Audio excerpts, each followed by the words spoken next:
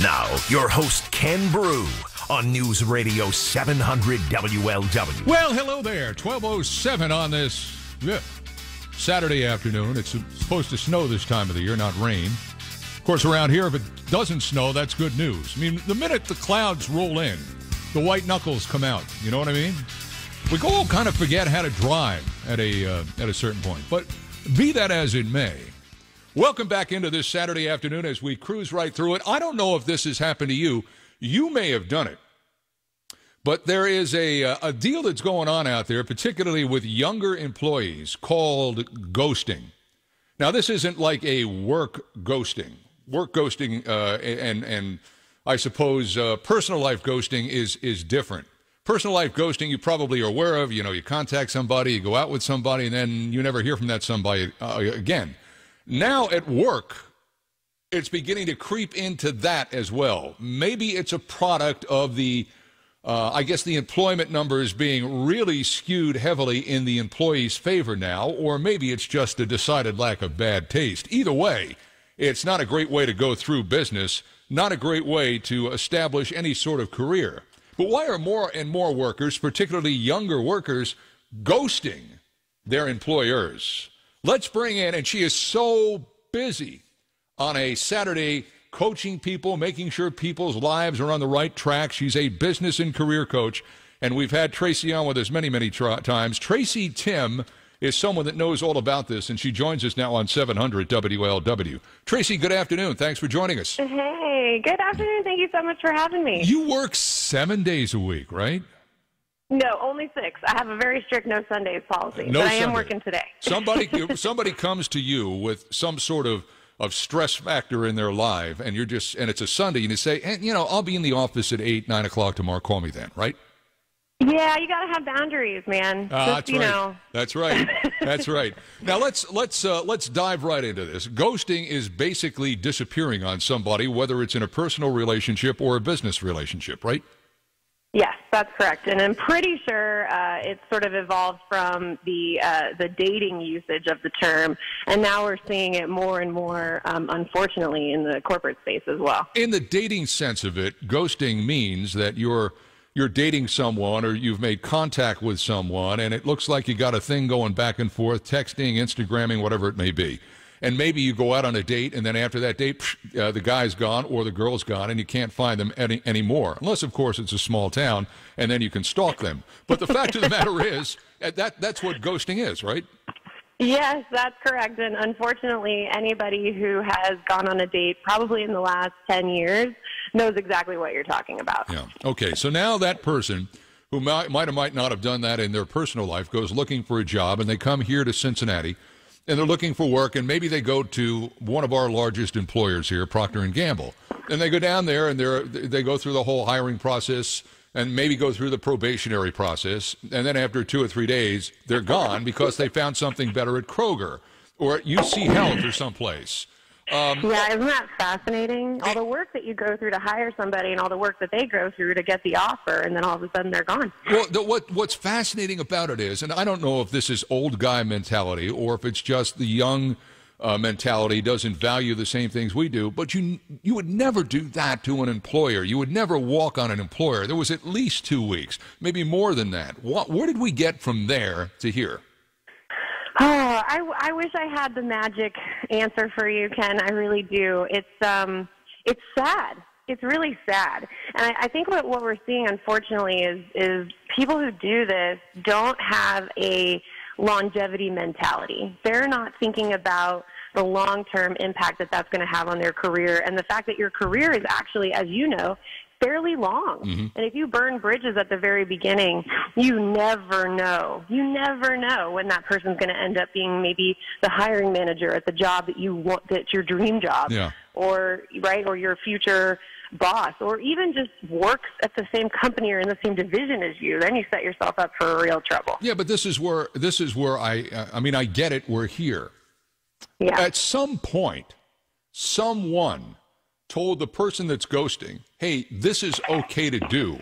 And I don't know if it was peers or parents or whatever, but I think at some point, somebody, and it could be a mom, a dad, it could be anybody that had built a career, needs to talk to this young person and say, look, This may look great right now, but come, a week later, a month later, 10 years later, people are going to look at you and they're going to think, there was something wrong with you here. What was wrong with you? Where's the person in the life that can short circuit this?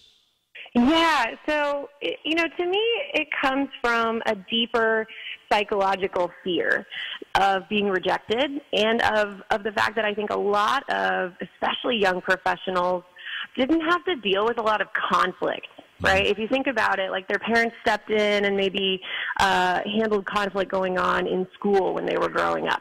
And then in college, they had RAs or professors or people who could get in and sort of take over for them when something got really difficult to handle. So I just think we're seeing, unfortunately, a younger generation. And again, we can't just sort of generalize about everybody. This is happening probably at all levels, right? Sure. But we're seeing this sort of trend of shying away from the hard stuff, right? That's why ghosting happens in romantic relationships, because people have a really hard time telling somebody to their face, I'm just not that into you. Right. And the same thing, right, will go hand in hand with this as far as a professional sense, right? They have a really hard time going to an employer that they probably feel really guilty for leaving because they think they have a better something somewhere else. And so they just leave instead of standing up and being an adult, if you will, or being a big kid, and saying, I'd like to go and I'd like to back out on my commitment. Yeah, and ironically, what they're doing is the worst thing that they could do because they're afraid of something that... Tracy, I will take this right back to where I think the inception is, and that's whomever was charged with raising this kid didn't really want to put any kind of pressure on the kid, never wanted to have the kid in a bad situation, always wanted to protect the kid at all costs, and suddenly here's Junior at 18 trying to go out in the real world, and he can't cut it at school, or he can't cut it in the business world, and all of a sudden, well, Mom and Dad, they took care of me when I was, but this will be all right. And what you've done is you've raised someone that is of absolutely no value to anyone except you, because you're either a tax deduction or you're someone that's a conversation starter. And I think that's how we got right here, Tracy. And honestly, in my opinion, the frightening thing is this isn't just one or two of these folks that are doing this. This is a lot of people that are doing this. I get a lot of this from friends and coworkers and other people that, hey, this is a lot more prevalent than you think. This is what's frightening. Yeah, it is. And I hear that a lot from the business owners that I work with, who I help to find and attract and engage and retain great people. They'll just say, yeah, so-and-so came in for 2 days, and then all of a sudden they were gone. Yeah. And they almost build that into their assumptions. They're like, every X number of people that we hire, it's bound to happen. Yeah. It is. It's sad. It's scary. I think, though, that maybe something that the employer can do to arm themselves against something like this is more due diligence at the get-go, so hire slow, fire fast. Yes. If you see any sort of issues in the short term, you might as well take the action before the action is taken on you. Bingo. I was sitting in a meeting. I won't tell you where it is because, I've worked in a number of places here in Cincinnati, a lot of places in the world, too.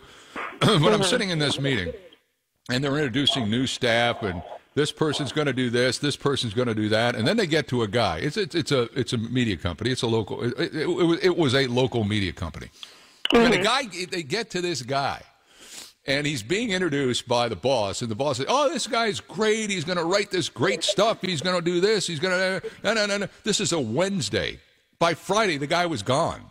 And what happened to Fred? Where did he go? Oh, well, he just left. He just said he had a better job. And I'm thinking, what? Because if you ever did something like that, as I said, when I started out, you might as well have just nuked your career. But I'm wondering, right? And this may be the payoff, Tracy. This may be the payoff. 30 years from now, 40 years from now, when the guy that's ghosting or the girl that's ghosting decides she's going to leave a company, they may be the ones actually hiring at a company then, because God knows where all of this goes. But they may be actual, and it may not be a big a deal back then. When we get to that point, it may not be a big as deal as it was back then. Now. So who knows? All the stuff may work itself out. I mean, yeah, it could. You're absolutely right. That's possible. I just see If we look generally at like the macro trend, I think that, to your point, there is this sort of a softening of professionalism. Yeah. Like there used to be a lot of rhetoric around loyalty to your employer and, your reputation as a professional. Yeah.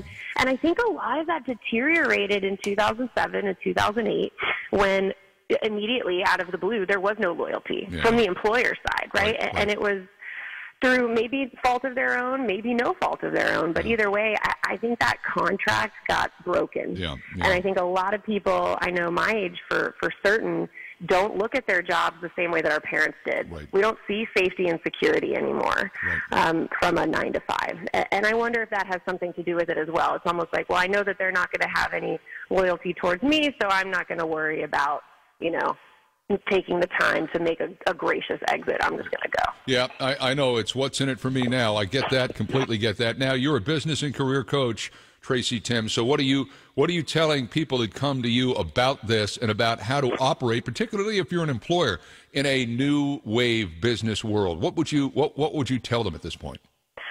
Okay, so here's my number one piece of advice for business owners, and if you're a young professional or somebody looking for work, I think you can use this advice sort of in the 180 opposite side of the coin sense. So if you're an employer and you're bringing somebody on board and you're, in the interview process, the hiring process, you're about to give them an offer. If you haven't drawn a direct line between what that person will be doing every single day and how that activity impacts the bottom line of the business or has some great social impact or has deep meaning and fulfillment, right? If you haven't aligned that with something that you know is a goal of the employee, meaning what they want to accomplish at this stage in their career, where they want to go eventually, how this is going to allow them to grow and develop, right? If they don't see that clear relationship, then they're not just in it. They're not in it for themselves. They're in it for the paycheck. Mm-hmm. But if you can draw those lines between what the business is trying to accomplish and what the individual is trying to accomplish, as opposed to carrot and sticking people to death with salary and days off and whatever, right? If you can give them purpose and meaning, then they come to work for a totally different reason. Right. And they're that much more engaged. And in my opinion and in my experience, that much less likely to leave. Yeah. So if you haven't done that amount of deep digging into why this person wants to come to work for you, beyond the paycheck, you're missing the mark. Yeah. And if you haven't done it, then that person is likely to leave you for a higher paycheck without feeling bad about it. Right, which is the residual effect of all of this. Maybe it does have its roots in 2008 or 2007 when the economy went right in the dumper, but it's not hard to figure out why things happened. What is hard to figure out is how to keep everybody on board, on page, and bought in.